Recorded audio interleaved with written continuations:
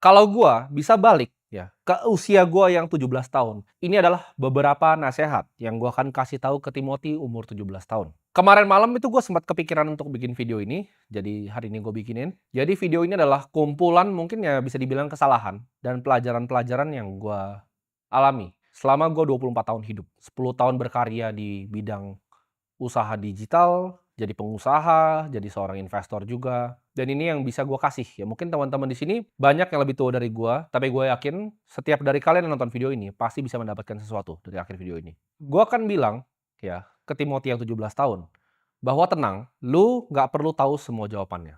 Maksudnya apa? Gue waktu 17 tahun, 18 tahun, bahkan mungkin masih tahun lalu, ya, gue selalu banyak bertanya-tanya tentang apa yang gue sedang kerjakan. Apakah yang gue kerjakan itu benar, dan apakah yang gua kerjakan itu sesuatu yang gua cintai. Tapi jawabannya adalah, gua nggak perlu buru-buru untuk tahu semua jawabannya.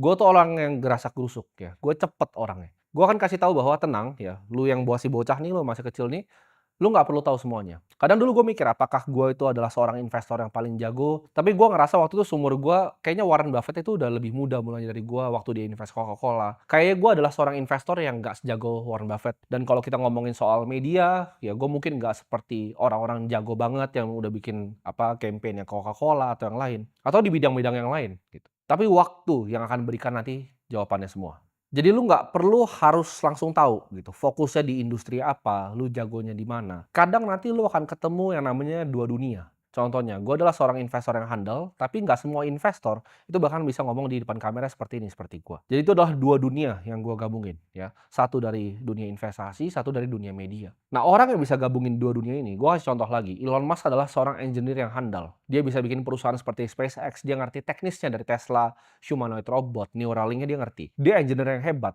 Tapi dia adalah seorang salesman yang lebih hebat lagi sebenarnya. Jadi kalau Elon Musk kalian suruh gua nih analisa, dia itu bukan fully engineer. Dia mungkin engineer-nya 30%, 70%-nya adalah sales. Atau misalnya Jeff Bezos, dia adalah dua, dia adalah orang sistem dan dia juga adalah sebuah engineer. Jadi banyak orang-orang terkaya di dunia itu yang berhasil menggabungi yang gue sebutnya dua dunia ini. Kadang ada yang bahkan tiga. Lu fokus di satu aja gue bilang lu bisa jadi yang terhebat. Lu bisa jadi orang yang sukses, lu bisa jadi orang yang kaya. Tapi jawabannya lu harus lihat apa yang kira-kira lu jago, apa yang sebenarnya orang lain bilang lu jago. Bukan dari diri lu sendiri tapi dari orang lain. Jadi jawabannya adalah waktu, nggak usah buru-buru. Misalnya lo lagi mencari, ya kan, masih bingung, lu kadang masih ngerasa apakah ini hal yang harus gua kerjain? Tenang ya, gua kasih tau lu tenang, nggak usah buru-buru.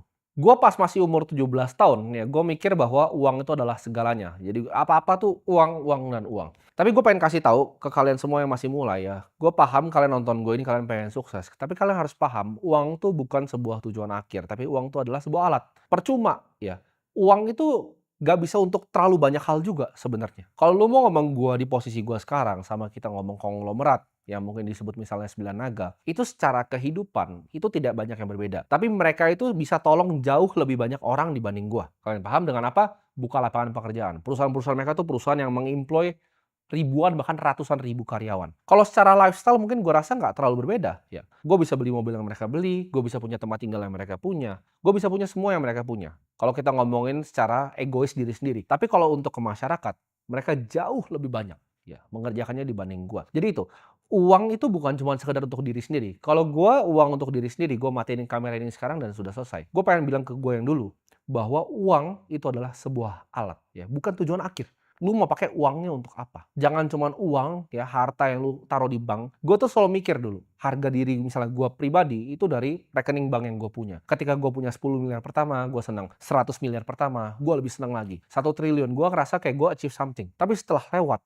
ke jenjang-jenjang berikutnya, gue baru sadar di situ bahwa uang itu bukan cuman sekedar tujuan akhir ya, tapi alat untuk lu jadi bermanfaat untuk orang lain.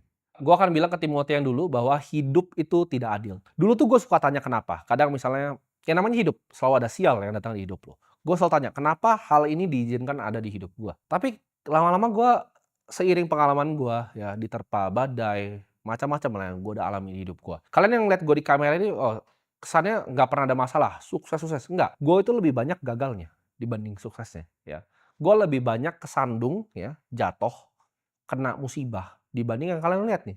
suksesnya seperti sekarang. Jadi jawabannya adalah hidup itu memang tidak adil, karena lu harus telan nih buat Timothy yang 17 tahun, lu telan bahwa hidup itu tidak adil. Kadang lu ditampar dari tempat yang lu nggak tahu. Tapi lu harus jadiin itu semua itu jadi bahan pelajaran. Apa yang lu bisa kontrol, lu fokus di situ. Ini penyakit nih dulu gua. Jangan jadi Superman. Gua tuh dulu mikir gua adalah seorang Superman. Ya, 17 tahun, gua mau pegang kameranya sendiri, gua mau ngeditnya sendiri, gue mau bikin agensi gue sendiri, gue jadi akuntannya sendiri, gue orang finance-nya sendiri, ya, gue orang sales-nya sendiri, gue orang marketingnya sendiri, semuanya sendiri, sendiri, dan sendiri. Di hidup ini lu nggak butuh jadi Superman, tapi lu butuh super team. Jadi jangan bergantung sama diri lu sendiri, karena itu penyakit itu. Jadi orang-orang baru mulai usaha pasti paham. Dia ngerasa karena dia yang paling pintar, dia bisa semuanya, jawabannya enggak. Lu harus bisa delegasi ke orang-orang yang lebih pintar dari lu di bidangnya mereka sendiri-sendiri. Karena nggak ada ya yang jago dalam 10 bidang gitu. Elon Musk aja gue sebut cuma 2, sales dan juga engineering. Dia nggak jago di banyak bidang yang lain. Ketika ada orang yang lebih jago, ya lu serahkan ke orang yang lebih jago. Jangan ngerasa lu mau kokop semuanya sendiri ya, karena itu adalah pikiran yang orang-orang baru mulai usaha biasanya. Mereka pikir semuanya bisa dikerjakan sendiri dan mereka paling jago di semua bidang. Padahal jawabannya tidak, banyak yang lebih jago dari kamu. Jangan hidup untuk disukai banyak orang, tapi hiduplah untuk bisa menolong banyak orang. Dulu gue mikir gue pengen jadi orang yang bisa disukai sama semua orang. Ya sampai gue nggak menghargai bahkan waktu gue sendiri. Contoh, gue nggak enakan dulu. Tim ini ada acara ini, gue datang, gue datang. Tim ada ini, gue datang, gue datang. Gue nggak menghargai diri gue sendiri. Gue pilih jadi people pleaser, senengin semua orang. Tapi gue sadarin itu nggak ada ujungnya. Jadi gue bukan menargetkan diri gue jadi orang yang ibaratnya disukai sama banyak orang. Tapi gimana caranya gue jadi orang yang paling bermanfaat untuk banyak orang. Kalau orang banyak nggak suka sama gue, tapi gue itu bermanfaat untuk banyak orang, itu nggak masalah ya. Gue ngomong dengan tegas seperti ini, gue ngomong fakta yang tegas, namun banyak yang nggak seneng, tapi banyak yang terbantu dan merasa bermanfaat untuk mereka, tugas gue udah selesai di sana. Untuk Timothy yang 17 tahun, ya, jangan takut untuk dibenci orang, karena di ujungnya, ya kebenaran itu akan selalu menang. Nah ini gue akan ngomong juga nih, karena gue dulu masih kecil tuh gue ngincar quick win, ya kan. Waktu gue nge-golin deal, waktu gue masih punya agency itu yang penting goal dulu ya. Bisa atau enggaknya urusan belakangan. Gue nggak main game yang endurance, yang tahan lama. Gue kayak kontrak 3 bulan gas. Gue nggak mikir, serakah soalnya kan. Gue mikir kalau kontraknya cuma 3 bulan nih, next bulan keempat gue bisa mahalin nih. Dulu gue mikir quick win, gue mau uang cepat. Gue nggak mikir endurance ya. Padahal kalau gue kerjain dengan baik aja, semampunya gue dengan harga yang oke, kalau gue dipakai sama dia terus, kita nggak tahu orang ini bisa kasih gue referensi ke siapa, mulut ke mulutnya seperti apa. Reputasi itu bukan sesuatu yang gue paham dulu ya. Jadi gue cuman kejarnya quick win. Tapi gue paham gamenya sekarang itu bukanlah kayak dengan cepat, tapi yaitu endurance. Uang itu bisa datang dan bisa hilang. Gamenya di dunia ini, ketika lo bikin uang, contoh seperti gue sekarang, ini bukan cuma untuk bikin uang lebih banyak, tapi gamenya adalah mempertahankan uang yang lebih sulit. Namanya endurance di sini. Jadi enduring wealth, jadi harta yang bertahan lama. Kadang nggak banyak. Orang yang bisa tahanin harta, itu bahkan lintas generasi. Satu kehidupannya aja banyak kan udah habis semua. Antara kena kasus, kena yang lain. Nah ini sini gue belajar, nggak penting quick win. Mungkin ada orang yang bisa bikin duit lebih cepat dari gue, pakai cara yang ilegal. Tapi gue tahu reputasi cuma datang sekali. Jadi jangan cari quick win, tapi cari endurance. Jangan remehkan kekuatan dari sabar. Di investasi pun zaman dulu gue nggak sabar ya, ketika gue lihat saham nih, gue lihat ini ada corporate action yang mantap tuh gue hajar terus pokoknya. Gue nggak sabaran orangnya. Ya gue ngeliat ada opportunity dikit, gue hajar. Ada orang tawarin nih, yes ya gue ikut.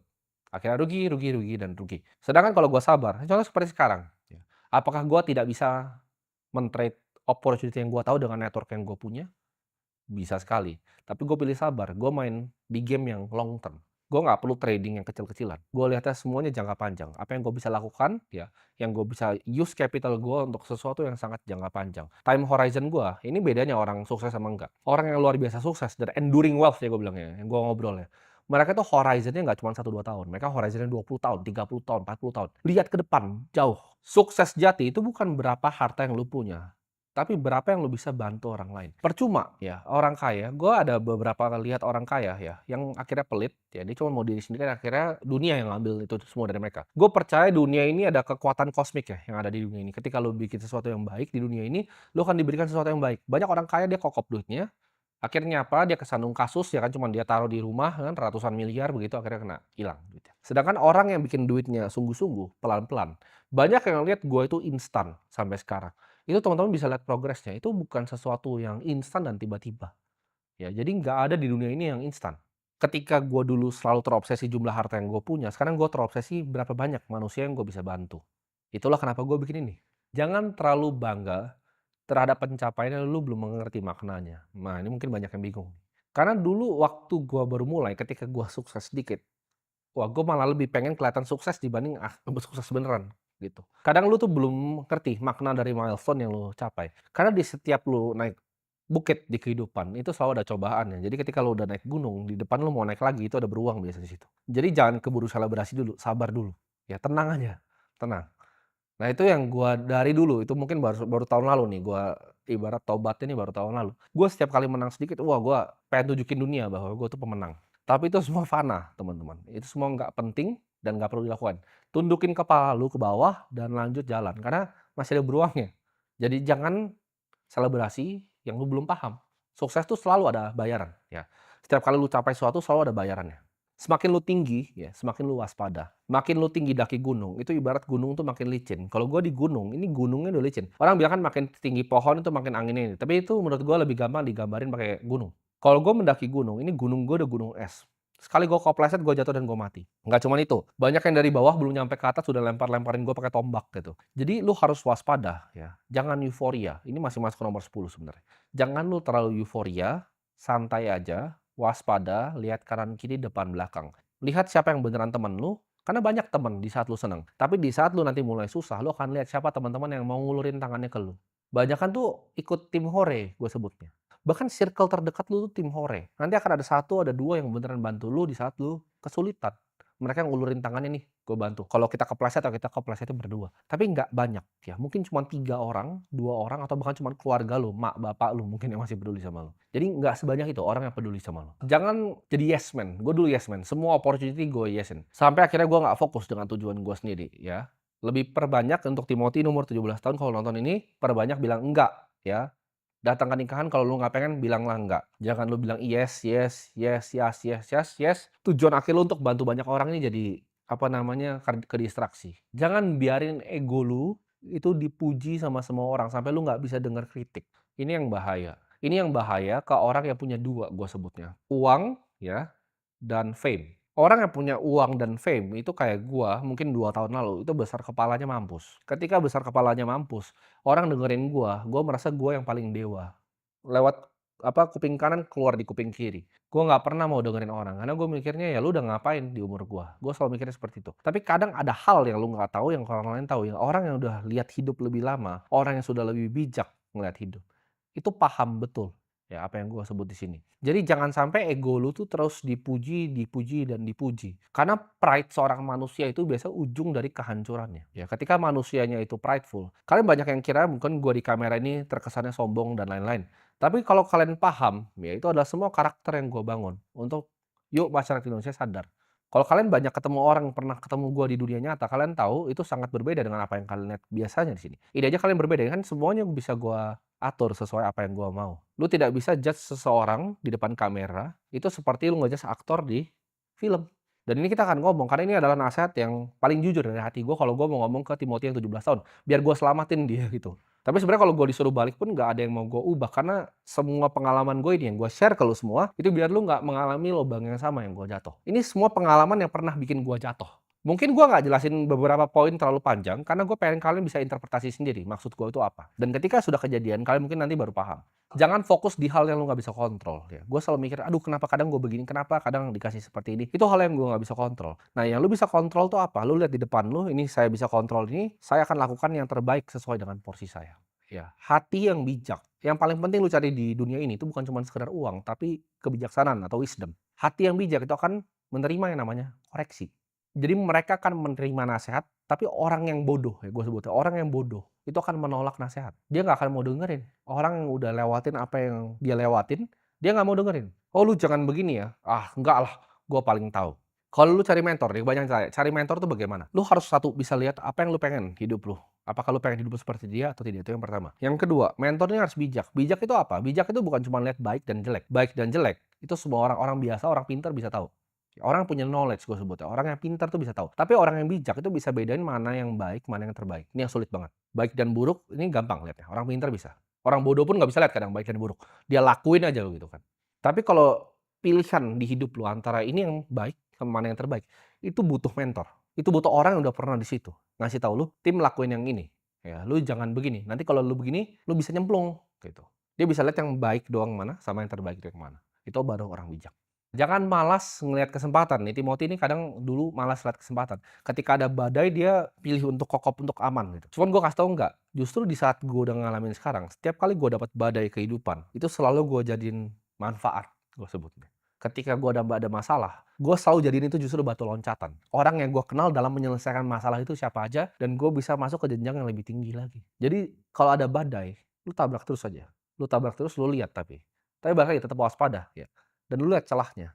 Jadi jangan pas ada masalah lu malah meringkuk dan ketakutan. Ketika ada masalah, lu lihat opportunity di dalam badai itu yang mana.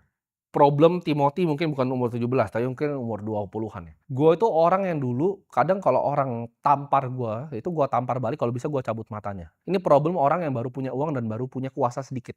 Jadi lu belajar untuk jangan membalas orang. Ketika orang bikin salah sama lu, jangan dibalas. Itu akan bawa lu mungkin banyak masalah ke depan nih. Jadi ketika lu ditampar, lu cabut matanya, nanti dia mau buntungin tangan lu. Jadi jangan membalas orang. Seberapa dia bikin salah sama lu, itu let go aja. Ini buat Timothy yang umur 17. Karena dia kan ntar akan tua kan. Lu let go aja. Ketika ada orang bikin salah sama lu, jangan lu ditampar terus lu ambil matanya. Gitu. Nanti tangan lu mau dibuntungin sama dia. Berilah pengampunan ke orang yang bikin salah sama lo. Itu lu bisa interpretasi sendiri masing-masing, karena gue jelasinnya singkat, sengaja, biar kalian bisa berdiskusi juga di bawah. Nanti kalau gue ada kesempatan dan waktu, gue balasin maksud realnya itu apa. Tapi itu nasihat yang gue akan kasih kalau gue balik ke umur 17 tahun.